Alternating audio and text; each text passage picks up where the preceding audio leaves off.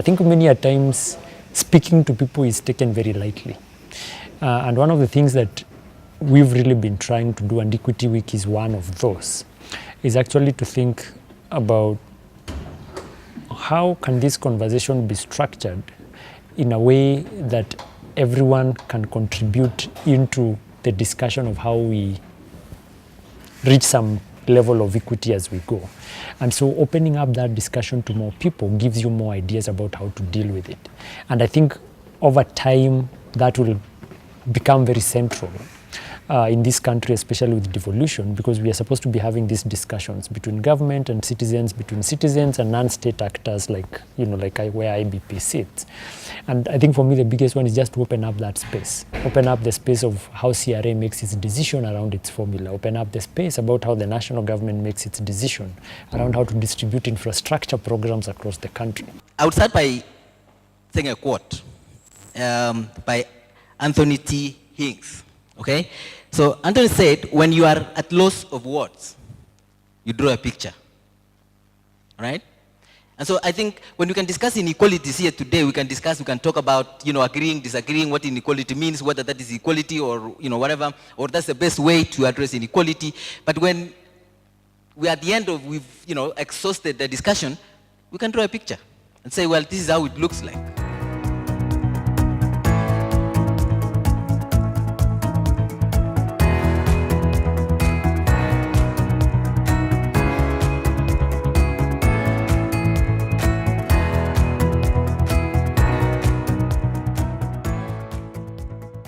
Sometimes not taken very seriously. The fact that the citizens actually come and speak to the issues and the needs they have is already an indicator that water is a problem in this ward, security is a problem in this ward, malnutrition is a problem in this ward. But then counties also have an opportunity, and they do, of combining what the people say with the data they have, whether from the national government through the KNBS or even by generating. And you remember one of the conversations was, can counties start actually generating their own data and also working with other partners who are collecting. So I think that's the first point of counties actually coming into concerted efforts to establish what is the need level. As we have these discussions and as we think of policies that we can apply as counties so that we make sure we are addressing the inequalities that exist within counties, there are certain general good practices that we have to keep in mind. Now, the first thing that you have to think of, and this is the main thing that really drives how we determine how to distribute resources, is the need. Every county is unique. Even when you come to the county level, every ward is unique. Now, our devolution was trying to achieve two things at the same go. Number one, we wanted to bring decision making on how we spend money very close to the people. So that's very important. So the first thing that we have to think about when we are thinking of this principle of need is that we have to make sure that we are able to fund ongoing services. If there's a clinic, we want to make sure that clinic is still able to run. But the second objective with devolution was that we were dealing with a lot of marginalization in the country. And so we were looking at devolution as a way out in terms of redistributing our resources and making sure that devolution plays a catch-up role in terms of bringing counties that are marginalized to enjoy the same level of services as the rest of the country. So there are lots of development deficits that exist in the country. And so the second thing you have to think about need is who is left behind and how do we make sure that we allocate resources in a way that that ward that is behind is able to enjoy the same level of services as the other wards in the county. Now, the second principle that we have to think about is fiscal capacity. Fiscal capacity just simply means how much money are you able to raise on your own as a county. Because if you're able to raise more, maybe you're able to fund more of your services than the next county that cannot raise as much. So if we are trying to be fair, then that's one of the things that we have to think about. Now, the challenge, there's a negative incentive to this, as you can quickly tell. Because if I'm going to give you more money because you collect less, you have every reason not to collect a lot. So how do we deal with that negative incentive? It takes me to the third principle, which we call it physical effort. Physical effort simply means for those who are very prudent in how they use their resources, probably you might think about rewarding them in some way in your distribution factors. Now, the good thing about physical effort is that it takes away how much you collect to how much you grow what you collect. Now, the fourth principle is efficiency. And this is something that has to do more with how much do you produce with the money that you put into certain services, with the money that you put into certain programs. Those who are very efficient in the use of their resources, even in our own household, sometimes end up being the ones that you give most of your money to. Now, this principle is a very risky one. If all of you have heard of the session paper number 10 of 1965, it was pegged on a big way on a principle of efficiency. We believed if we put money in areas that are very productive, we are able to produce way more as a country, then we'll redistribute it to the areas that are low potential. How we applied it definitely did not do that. But that is something that is applied in some countries in the world and they've made it work. How we applied ours definitely did not work. Now, the fifth principle is a very basic one.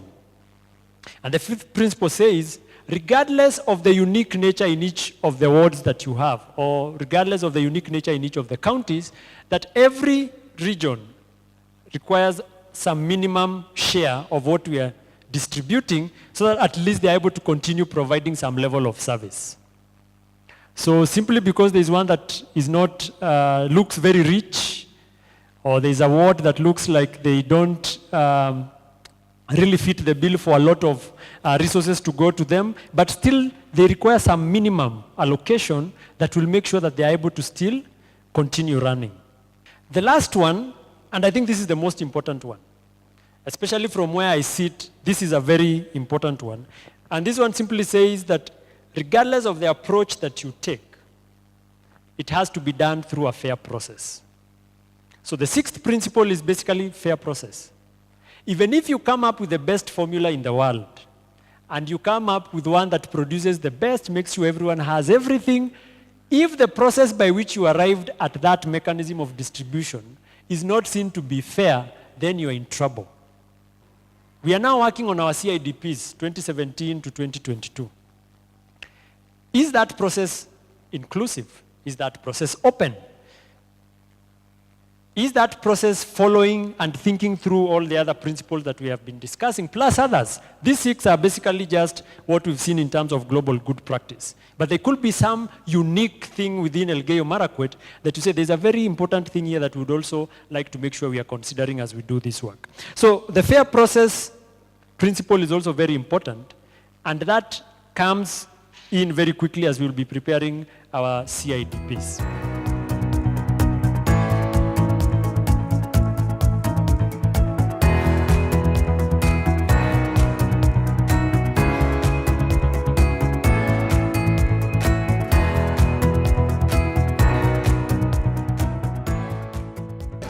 By and large, I think it's like we're in agreement that Jesume is red. In terms of water. In terms of water. Okay. Yeah. And of course, we are looking at the general development. It's like we are agreeing. Because we have started with the roads. Yeah. I mean, health center, health facilities. Now we are looking at the water. The roads we were it is only roads that was fairly. Yeah, but now we have two sectors that we are feeling that they were poorly done. Meaning, by and large, it was red. Nandi Hills. Yes, the board has been.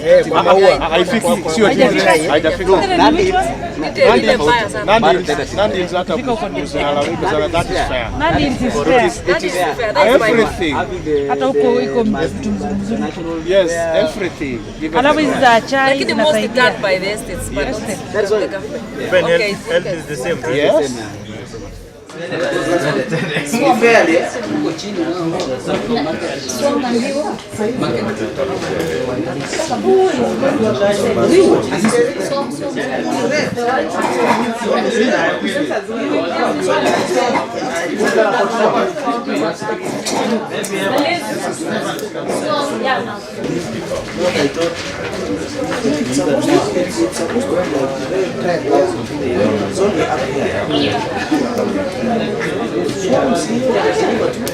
So what is developed there?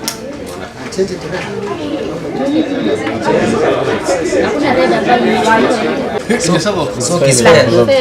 It's in between.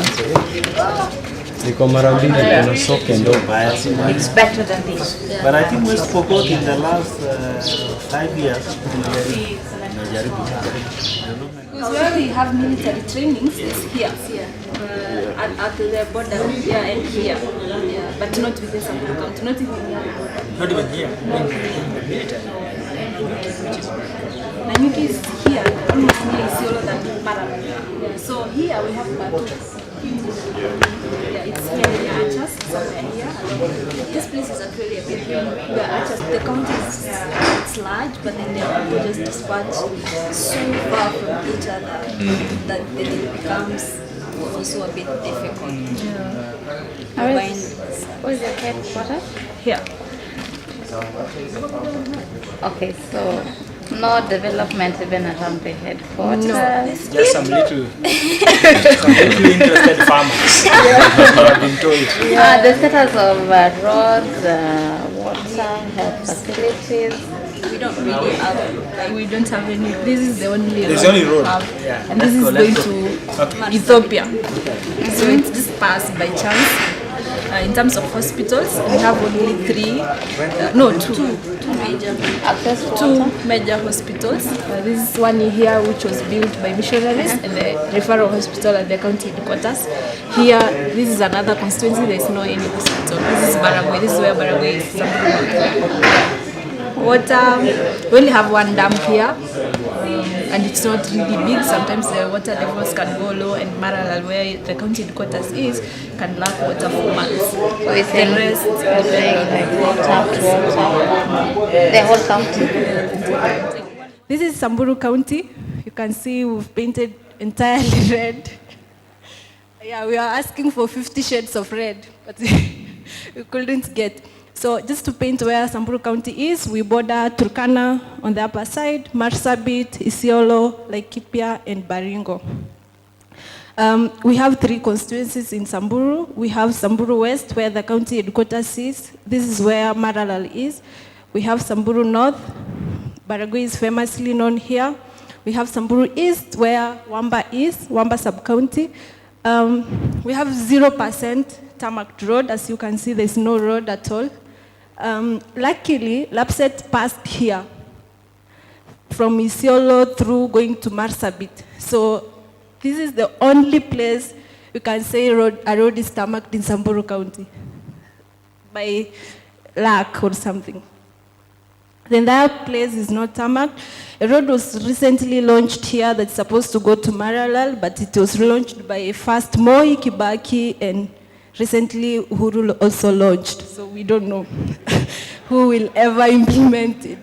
In terms of healthcare, we have only 2 main hospitals. Wamba Mission Hospital, which was built by missionaries, and Maralal Referral Hospital, poorly equipped. This is the government-owned hospital. This is much better because it's owned by missionaries. Right now, the county government has a little share. In Baragoi, we don't have an hospital at all. Here, actually, this is where we border Tiati. For Baringo people, we border Tiati constituency here. And on the other side, we border Turkana, a lot of cattle rustling and all that. We have 16 wards. This little green here is a ward called Losuk Ward and Poro Ward, where agriculture happens. And this is where we have a little water, but not piped or anything, just by God's own ways. We have streams and rivers. We only have one dam in Maralal that supplies water to the county headquarters that was constructed during the colonial times. The county government recently launched another dam, and that's the only water we have. Other parts, there's no borehole, there's really nothing. So Samburu County is definitely just red. Thank you. All right, good afternoon, everyone. We are from Nandi County, and we would wish to give an impression of how our county looks like. So Nandi County has 6 constituencies, and that's why you can see the boundaries. We have Mosop, Chesumei, Mgwen, Aldai, we have Nandi Hills, and Tinderet constituency. What you can see is that around the center, we have a lot of green dominating, because that is where the county headquarters is around. So most of the facilities around are available around the headquarters.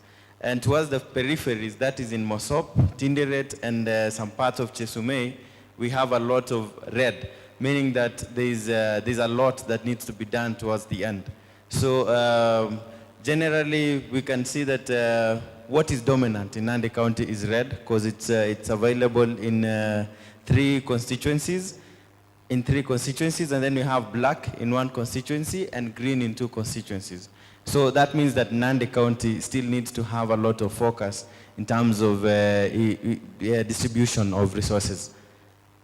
So in West Pokot, we have 20 wards. We have tried to break it down to the 20 wards. Okay, in terms of constituencies, we have 4 constituencies. That is North Pokot, and then we have Central Pokot, Pokot South on this side, and then West Pokot, that is Kapenguria constituency. In terms of colors, you can see the whole county is predominantly red. That's the entire North Pokot, and then almost half of Central Pokot. And then the county headquarters is located just down here next to Trans Nzoia, that is Kapenguria, and that's where we have some green. The surrounding parts is a mixture of both green and black, denoting some developments, a mixture of least that is fairly developed and developed. So that's what's surrounding the area of Kapenguria. So the entire county is predominantly red, as you can see. Thank you.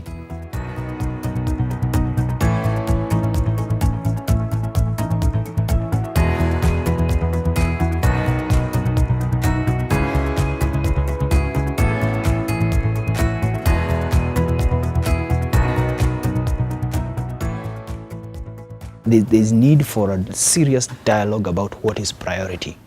And that requires the ability to be able to have a political conversation, to be able to give trade-offs about what is not that it is not important, but this is a question of prioritizing, so that we are saying we can do a dispensary there, but for that other ward, what we need is not a dispensary, but actually is to employ doctors and nurses, and that is of priority. But in that other ward, actually the water project is of priority, because what we are seeing is this kind of mass equal distribution kind of conversation, and that was it came out in Elgeyo Marakwet, where they were saying that most of the interventions have been dividing money equally across wards, And therefore, of course, what that means is that when you give a ward in the city and a ward deep in the rural area the same amount of money, the priorities are different. So how are we going to get from where we started to where we want to go if we don't discuss these things? And I started by saying this is not a highly technical subject because that's often the answer. Well, it's a highly technical subject, so we leave it to policymakers. I do not believe that that is correct. And the motivation behind Equity Week is that these are not highly technical conversations. There are conversations that require us to engage with data and numbers and policy. And that is something that the university is well placed to help us to support. But that does not make them highly technical. We can all participate in these conversations. The space around the discussion on inequalities need to be opened.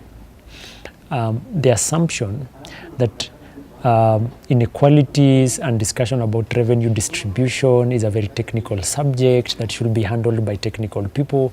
We totally don't agree with that. Because from our own experience and working with very many communities in the last 3 years around this issue, we have evidence, even in video, of people actually having this discussion and making it look easy. So as we go forward, there is need to keep opening up the space and making the discussion a bit more public, so that you have more views and people can better understand the decisions that are being made that are supposed to address the inequalities that affect them. Because the inequalities affect the poor in Kibra, affect the poor somewhere in Nyalenda, in Kisumu. So if you're going to help those people, why not involve them in the discussion? And they can have that discussion. Report of the CKRC short version, the People's Choice. This was reporting on the draft that we had produced after very wide consultations with the people. At one stage, I summarized 13 main points that I had drawn from the people. The first one was, people said, give us a chance to live a decent life with the fundamental needs of food, water, clothing, shelter, security, and basic education met by your own efforts and the assistance of the government. They weren't asking for free things. They were said by your own efforts. We want a fair system of access to land for the future and justice for the wrongs of the past. So they were asking for justice, not just getting gifts. Let us have more control over the decisions which affect our lives, bring government closer to us, and let us understand better the decisions we can't make ourselves, but which affect us deeply. Just don't decide for us, discuss with us. We do not want power concentrated in the hands of one person. We want our MPs to work hard, respect us and our views, and the power to kick them out if they don't. We want to be able to choose leaders who have qualities of intelligence, integrity, and sensitivity which make them worthy of leading us. We want an end to corruption. We want police who respect citizens and who can be respected by them. We want women to have equal rights and gender equity. We want children to have a future worth looking forward to, including orphans and street children. We want respect and decent treatment for the disabled. We want all communities to be respected and free to observe their cultures and beliefs. We assert our rights to hold all sections of a government accountable, and we want honest and accessible institutions to ensure this accountability. Now that's the big agenda, and it came from the people. Now if you have, I hope all of you have read the Constitution, you will find these certain things recurring again and again.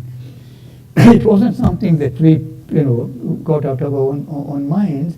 We were responding very much to what people told us.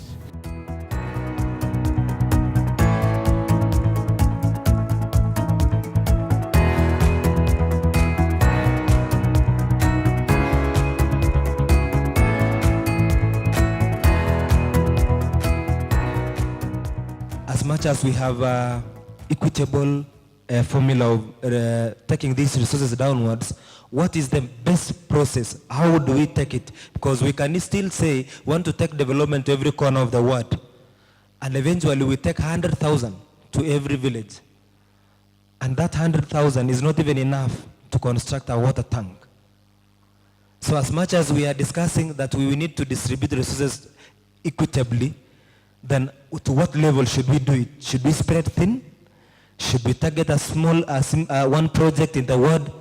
And again, we target where in the world that will, or which project that will make everyone feel devolution or feel these resources? I have two quick questions, and I especially would like Elgeyo Marakwet to share the experience on this. When you speak about equity, we know when it comes to budget work, the county assembly plays a critical role of approving budgets. So how did Elgeyo Marakwet come to convince members of county assembly to pass an equity law that would, because in our county in Baringo, the executive is having challenge to convince the county assembly that there is need for equity law that would see some counties, some wards receive lesser allocation as to what they are receiving currently. So that's the big impediment. And then the second question is, as counties, how do we prepare citizens to appreciate the place of equity in good governance? For example, are we disseminating the data that we are talking about here in terms of access to water, access to education, and so on and so forth? That how did we convince the county assembly to come up with or to pass the Equitable Development Act. And I actually want to say that this is an act which started from the county assembly. It was sponsored by the former member of county assembly of Kaptarakwa ward, and it came as a result of an equal distribution of resources from our first financial year. When we did our budgets, 2013-2014 financial year, we realized that we could not balance the county the way it is required because, one, we were new and we didn't have all the information about these counties. So my suggestion is that what needs to be done is the county executive, county assembly, together with the citizens of the county should sit down, identify their needs in a roundtable meeting. And I believe what we've done today is actually what we should be taken to the next level. The charts which we painted today, I think that should be the starting point. Let the citizens, the members of county assembly, the governor and all the executive sit down, waweke, they prioritize areas which need development in the county. And then from there, because I believe even without the act, so long as the three teams, the citizens, the executive and county assembly sit together, they will be able to come out with a very nice way of ensuring that there is equity in the county. I think another thing is how do we let the members of public appreciate equity? And I must say that there are a number of challenges because as much as we try to ensure that there is equity, there are also those people who are, or their needs which will not be catered for. And for example, Elgeyo Marakwet, the biggest challenge we've been having is, why is it that Elgeyo Marakwet doesn't have big projects like other counties? And that comes as a result of trying to ensure that there is equity at the expense of flagship projects. Because I think when you look at other counties, they've done big projects, but Elgeyo Marakwet, we've tried to reach every corner, and that thinly spreading has affected the flagship projects. So I think there is a lot of, we need to have a lot of engagements so that it reaches a point that even the members of public are the ones who prioritize flagship project rather than every village having their own project.